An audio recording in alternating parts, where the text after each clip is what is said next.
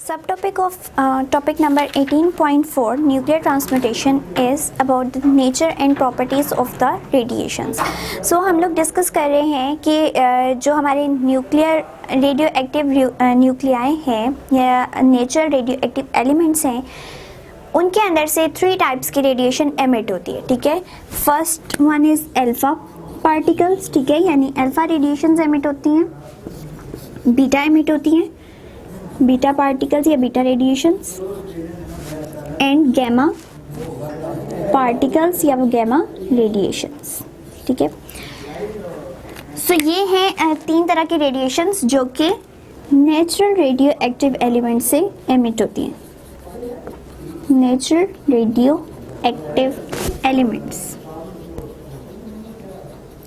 अब हम इस टॉपिक में डिस्कस करेंगे कि इनकी नेचर हमें किस तरह पता चलती है, या अगर हम कोई नेचर रेडियो एक्टिव एलिमेंट देख रहे हैं तो हमें किस तरह पता चलेगा कि इसमें से कौन सी वाली रेडिएशन एमिट हो रही है और वो किस बिहाफ पे हो रही है. ठीक है, एंड सेकेंडली कि ये जो रेडिएशंस हैं इनकी क्या प्रॉपर्टीज़ हैं, इनकी क्या खसूसियात हैं कि ये फर्दर अगर किसी एटम के साथ स्ट्राइक करती हैं तो उसमें किस तरह की चेंजिंग प्रोड्यूस कर सकती हैं या क्या इनकी खसूसियात होंगी. ठीक है, सो इस टॉपिक में हम इनकी नेचर एंड प्रॉपर्टीज़ को डिस्कस करेंगे.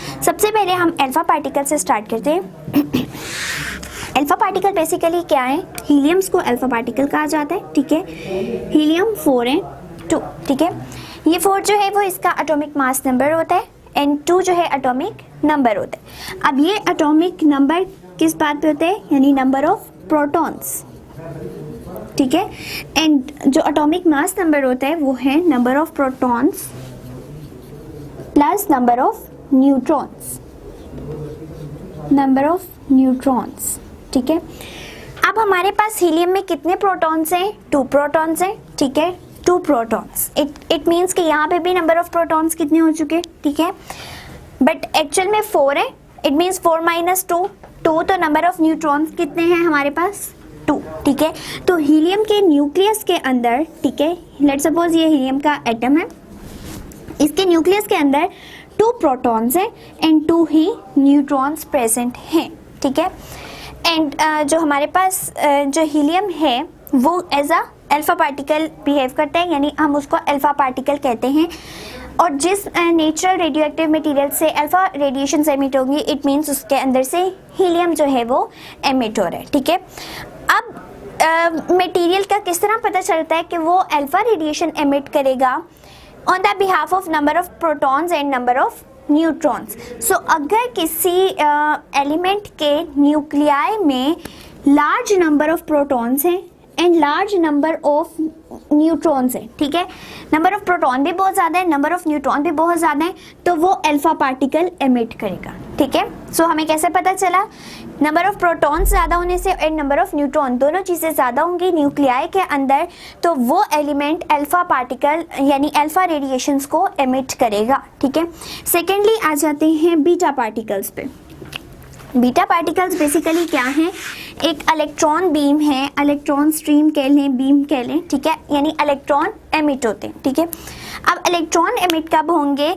अगर उस एलिमेंट के न्यूक्लियाई के अंदर नंबर ऑफ न्यूट्रॉन्स बहुत ज़्यादा हैं, न्यूट्रॉन्स ज़्यादा हैं as compare to number of proton, तो वो जो है बीटा रेडिएशंस एमिट करेगा. इसके एक सिंपल एग्जांपल देख लेते हैं. जिस तरह हम हाइड्रोजन का एटम लेते हैं, हाइड्रोजन 1 में भी होता है, 2 भी है, ड्यूट्रियम एंड ट्रिटियम. ठीक है, इन सब में ये क्या कहलाते हैं? आइसोटोप्स. और आइसोटोप क्यों कहलाते हैं? क्योंकि इनमें नंबर ऑफ प्रोटॉन सेम रहते हैं but number of neutron differ कर जाते हैं. किस तरह से कि यहाँ पे एक प्रोटॉन है, इसका मतलब है एक ही यहाँ पे प्रोटॉन है, तो यहाँ पे कोई न्यूट्रॉन नहीं है, 1 + 0. ठीक है, यहाँ पे एक प्रोटॉन था और 2 किस तरह आया कि 1 + 1 2, यानी नंबर ऑफ न्यूट्रॉन 1 आ गया. ठीक है, थर्ड वाले में क्या हुआ? 1 + 1, यहाँ से प्रोटॉन एक ही रहा, अब न्यूट्रॉन जो है वो ज़्यादा हो गया. तो ऐसे एलिमेंट के न्यूक्लियाई जिनके अंदर नंबर ऑफ न्यूट्रॉन ज़्यादा हो, ठीक है, as compare to the number of proton, तो उन नेचुरल रेडियो एक्टिव एलिमेंट, क्योंकि ये रेडियो एक्टिव एलिमेंट नहीं है, जस्ट एग्जाम्पल के तौर पे हाइड्रोजन को लिए, अदरवाइज ये रेडियो एक्टिव एलिमेंट नहीं है. ठीक है, तो वो नेचर रेडियो एक्टिव एलिमेंट जिनके न्यूक्लियाई में न्यूट्रॉन ज़्यादा मौजूद होंगे वो बीटा रेडिएशंस को यानी इलेक्ट्रॉन बीम को एमिट करेंगे, ठीक है। थर्ड आ जाती है हमारे पास गैमा पार्टिकल्स। गैमा पार्टिकल्स कब आते हैं? जब एक न्यूक्लियाई जो है वो एक्साइटेड स्टेट में हो, ठीक है, यानी उसके पास काफ़ी एनर्जी है।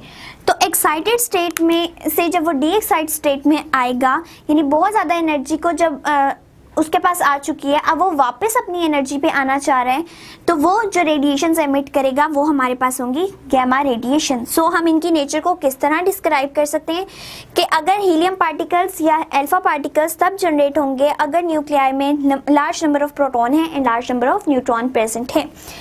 सेकेंडली बीटा पार्टिकल्स तब एमिट होंगे अगर हमारे जो है यहाँ पे है कि large number of neutron present होंगे न्यूक्लियस के अंदर उस एलिमेंट के, तो हमारे पास बीटा रेडिएशंस एमिट होंगे।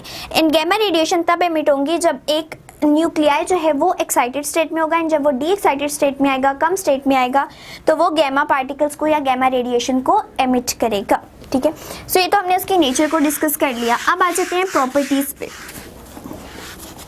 कि हमारे पास जो ये रेडिएशंस है तीनों तरह की, ये किस किस तरह का इफेक्ट प्रोड्यूस कर सकते हैं। First is ionising effect. Ionising effect, secondly penetrating effect, penetrating power, ठीक है। अब आयनाइजिंग इफेक्ट क्या होता है? आयनाइजेशन के जो भी हमारा एटम है उसके अंदर इलेक्ट्रॉन भी प्रेजेंट है, उसके अंदर प्रोटॉन्स भी प्रेजेंट है एंड न्यूट्रॉन्स भी प्रेजेंट है, ठीक है। अगर हम कोई इस तरह का प्रोसेस करें कि हमारे पास इलेक्ट्रॉन सेपरेट आउट हो जाए एंड हमारा जो एटम है वो पॉजिटिव आयन की तरह बिहेव करे, ठीक है, तो ये जो सेपरेशन हो गई है और ये जो आयंस डेवलप हो गए ये हमारा कहलाता है आयनाइजेशन, ठीक है। होता क्या है बेसिकली, अगर हम लोग एक एटम की बात करें, ये न्यूक्लियस है, ये इलेक्ट्रॉन है, ये एज अ होल एटम है, ठीक है। कोई रेडिएशन आई, रेडिएशन ने क्या किया, इस ये जो इलेक्ट्रॉन है इसने उस एनर्जी को एब्जॉर्ब कर लिया, ठीक है, क्योंकि रेडिएशन बेसिकली एनर्जी होती है, ठीक है। एनर्जी की फॉर्म किस तरह से आती है? वेव की फॉर्म में, ठीक है। अब इस इलेक्ट्रॉन ने एनर्जी को एब्जॉर्ब कर लिया। जब इस इलेक्ट्रॉन ने एनर्जी को एब्जॉर्ब कर लिया, अब उसके पास ज़्यादा एनर्जी आ चुकी है, ठीक है, तो वो क्या करेगा, वो अपने शेल में नहीं रहेगा बल्कि यहाँ से छोड़ के चला जाएगा इस एटम को, ठीक है। अगर वो छोड़ के चला जाता है, ऐसा भी हो सकता है कि वो किसी और शेल में चला जाए, ठीक है। सो और शेल में नहीं, हम कह रहे हैं बिल्कुल लीव करके अपने एटम को ये बाहर निकल गया है, तो तब क्या होगा कि इलेक्ट्रॉन निकलने की वजह से इलेक्ट्रॉन पे तो नेगेटिव चार्ज है, वो सेपरेट आउट हो गया, बट ये एटम के ऊपर क्या आ गया? Positive charge. क्यों? क्योंकि इसने एक इलेक्ट्रॉन दे दिया है, ठीक है। सो ये as a positive ion behave करेगा, ये नेगेटिव।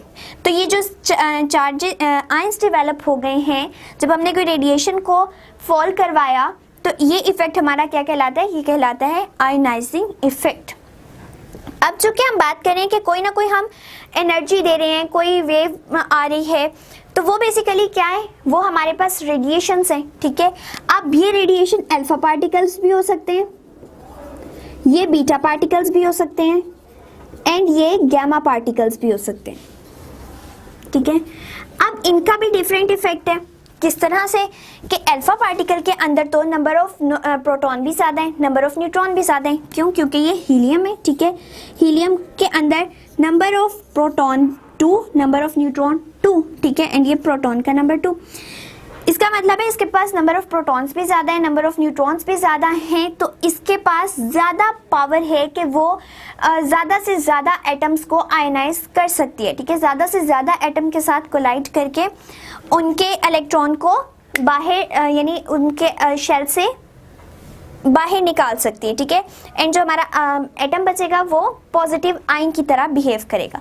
सो अगर कहीं किसी मटेरियल के ऊपर या किसी एलिमेंट के ऊपर अल्फा पार्टिकल फॉल कर रहा है, ठीक है, तो एटम ज़्यादा से ज़्यादा क्या करेंगे? पॉजिटिव आयन्स बनते जाएंगे, ठीक है। तो अल्फा पार्टिकल्स की आयनाइजिंग पावर बहुत ज़्यादा हाई है, ठीक है। जितने number of neutral atoms present होंगे जब अल्फा पार्टिकल इन पे फॉल करेंगे, तो क्या करेंगे, ज़्यादा से ज़्यादा इनको आयनाइज कर देंगे, यानी इनको पॉजिटिव आयंस बना देंगे एंड इलेक्ट्रॉन्स को फ्री कर देंगे, ठीक है, फ्री इलेक्ट्रॉन्स की तरह ये मूव करेंगे, ठीक। तो क्या करती है कि अल्फा पार्टिकल सबसे ज़्यादा आयनाइजिंग इफेक्ट रखता है। देन सेकेंड हमारे पास आ जाते हैं बीटा पार्टिकल्स। बीटा पार्टिकल्स में क्या होता है, क्योंकि ये अब हमारे पास इनके नंबर ऑफ जो है प्रोटॉन वो भी माइनस में चला जाता है, क्योंकि ये तो इलेक्ट्रॉन्स है, ठीक है। इलेक्ट्रॉन का ये जो नंबर ऑफ प्रोटॉन है वो माइनस में जा चुका है, अब इसकी जो पावर है वो कम है, ठीक है। अब जब बीटा रेडिएशन आके किसी एटम से स्ट्राइक करती हैं तो वो लेट सपोज हम किसी गैस के अंदर इसको इंट्रोड्यूस करवा रहे हैं, तो ये गैस के बहुत कम एटम्स को आयनाइज करने की पावर रखती है, ठीक है। कुछ इलेक्ट्रॉन्स एक दो निकलेंगे एंड कोई एक दो पॉजिटिव आयंस जो है वो हमारे पास डेवलप होंगे, जबकि जो अल्फा पार्टिकल है उसमें ज़्यादा पावर है कि वो ज़्यादा से ज़्यादा एटम्स को आयनाइज कर सकती है, ठीक है। तो बीटा पार्टिकल्स की जो आयनाइजिंग पावर है वो as compare to alpha particle low है, ठीक है। जबकि अगर हम गैमा रेडिएशंस को देखें तो गैमा रेडिएशंस कब आती हैं, जब एक न्यूक्लियाई एक्साइटेड हो, ठीक है, और वो जब डी एक्साइटेड स्टेट में आ रहा है तो जस्ट जो एनर्जी इमिट कर रहा है वो हमारे पास गैमा रेडिएशंस है। तो गैमा रेडिएशंस जो है वो उनकी सबसे लोएस्ट पावर होती है कि वो किसी गैस के या एटम्स को जो है वो आयनाइज कर सके। So it has the least ionising power. सबसे हाई अल्फा पार्टिकल्स की, अल्फा पार्टिकल से कम है बीटा पार्टिकल की, और गैमा पार्टिकल की सबसे लीस्ट है, यानी बीटा पार्टिकल से कम जो है इसकी पावर है आयनाइजिंग इफेक्ट, ये कम से कम प्रोड्यूस करता है। सिर्फ कुछ जो है हमारे पास एटम ये उनको सिर्फ आयनाइज कर सकता है। नेक्स्ट प्रॉपर्टी आ जाती है पेनिट्रेटिंग पावर। पेनिट्रेटिंग पावर क्या होता है कि किसी चीज़ के अंदर से पास आउट कर जाना, ठीक है। लेट सपोज एक मटेरियल है, कोई भी पेपर है या कुछ भी है, अगर हम लोग लाइट की बात करते हैं, ठीक है, और आपने क्या किया है कि लेट सपोज यहाँ पे एक टॉर्च लगा दी, इस टॉर्च से जो लाइट आ रही है, अब हमने आगे पेपर रखा हुआ है तो पेपर के पीछे भी हमें थोड़ी सी रोशनी निकलती दिखाई दे रही है, तो ये रोशनी जो है इस पेपर के अंदर से पास आउट कर गई है, तो ये क्या कहलाती है, पेनिट्रेटिंग पावर। यानी किसी चीज़ का उस मटेरियल के अंदर से पास आउट हो जाना कहलाता है पेनिट्रेटिंग पावर। अब अगर हम पेनिट्रेटिंग पावर देखें तो वो आयनाइजिंग इफेक्ट का उलट है। किस सेंस में, ऐसा नहीं है कि आयनाइजिंग इफेक्ट आयंस बना रहा है और ये कुछ और बना रहे हैं, इस सेंस में नहीं, बल्कि इस सेंस में कि अगर अल्फा पार्टिकल्स की सबसे हाई आयनाइजिंग पावर है तो उसकी पेनिट्रेटिंग पावर सबसे लो होगी, ठीक है। और ये क्यों होगी, अल्फा पार्टिकल्स की लो पेनिट्रेटिंग पावर। अब इसकी रीज़न क्या है कि अल्फा पार्टिकल्स क्या कर रहे हैं, इस काम में बिजी है कि ज़्यादा से ज़्यादा जो हमारे एटम्स हैं उनको ये आयंस बना रहे, ठीक है। अब लेट सपोज अगर हमने एक पेपर रखा हुआ है और ये पेपर पे अल्फा पार्टिकल आके स्ट्राइक करते हैं, ठीक है, तो ये क्या करेंगे कि पेपर के जो एटम्स हैं ना, इन्हीं को सिर्फ आयनाइज करने में बिजी हो जाएंगे, ठीक है। इतना बिजी हो जाएंगे कि इनको आगे जाने का टाइम ही नहीं मिलेगा। तो आयनाइजिंग इफेक्ट सबसे ज़्यादा अल्फा पार्टिकल का होने की वजह से इसके पेनिट्रेटिंग पावर सबसे कम है, ठीक है। देन आ जाता है बीटा पार्टिकल्स। बीटा पार्टिकल्स जो हैं अल्फा पार्टिकल के मुकाबले में कम आयनाइजिंग इफेक्ट रखते हैं, ठीक है। इट मीन्स बीटा पार्टिकल्स की penetrating power as compare to alpha particle high है, ठीक है, या इंटरमीडिएट कर ले क्योंकि हमने नेक्स्ट को भी हाई कहना है, ठीक है। सो अब ये क्या अल्फा पार्टिकल क्या करते हैं, ये कुछ जो एटम्स हैं उनको आयनाइज करने में बिजी हो जाते हैं, बाकी के जो अल्फा पार्टिकल हैं वो यहाँ से बाहर निकल जाते हैं, यानी पेनिट्रेट कर जाते हैं। तो क्या होता है कि इनकी penetrating power as compare to alpha ज़्यादा होती है।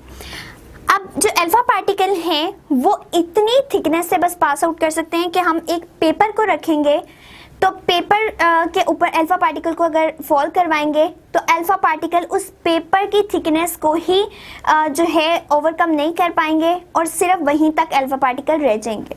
इसलिए अगर कहीं पे भी अल्फा पार्टिकल्स या अल्फा रेडिएशंस एमिट हो रही होती हैं तो एक सिंगल पेपर की थिकनेस भी उसको एब्जॉर्ब कर लेती है, जिसकी वजह से वो रेडिएशंस आगे नहीं ट्रांसफ़र हो सकती, ठीक है।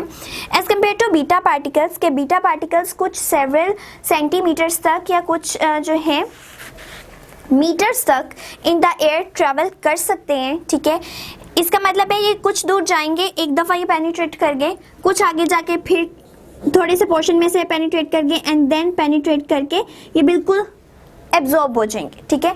तो अगर हमें किसी जगह पे बीटा रेडिएशंस एमिट हो रही हैं तो उसको एब्जॉर्ब करवाने के लिए थोड़ी ज़्यादा थिकनेस यूज़ करनी पड़ेगी, ताकि ये थोड़े ज़्यादा डिस्टेंस तक चूँकि ट्रैवल करते हैं तो अपने एक खास डिस्टेंस तक जाके ये भी एब्जॉर्ब हो जाए, ठीक है। देन आ जाती है गैमा पार्टिकल्स। गैमा पार्टिकल्स की आयनाइजिंग इफेक्ट लीस्ट है, सबसे कम है, ठीक है। इट मीन्स इसका पेनिट्रेटिंग पावर सबसे ज़्यादा है, हाईएस्ट लेवल पे ये पेनिट्रेटिंग पावर है इनकी, ठीक है। क्यों? क्योंकि ये जो है कुछ एक दो को आयनाइज करने में बिजी होंगे, अदरवाइज बाकी ज़्यादा से ज़्यादा रेडिएशंस जो है वो पास आउट कर जाएगी मटेरियल के अंदर से, एंड ये जो है वो 100 मीटर्स तक ट्रैवल करने की एबिलिटी रखती है, 100 मीटर्स इन एयर, ठीक है। ये एयर की बात की जा रही है कि एयर के अंदर जो गैमा रेडिएशंस हैं वो 100 मीटर तक ट्रैवल या पेनिट्रेट कर सकती हैं, ठीक है।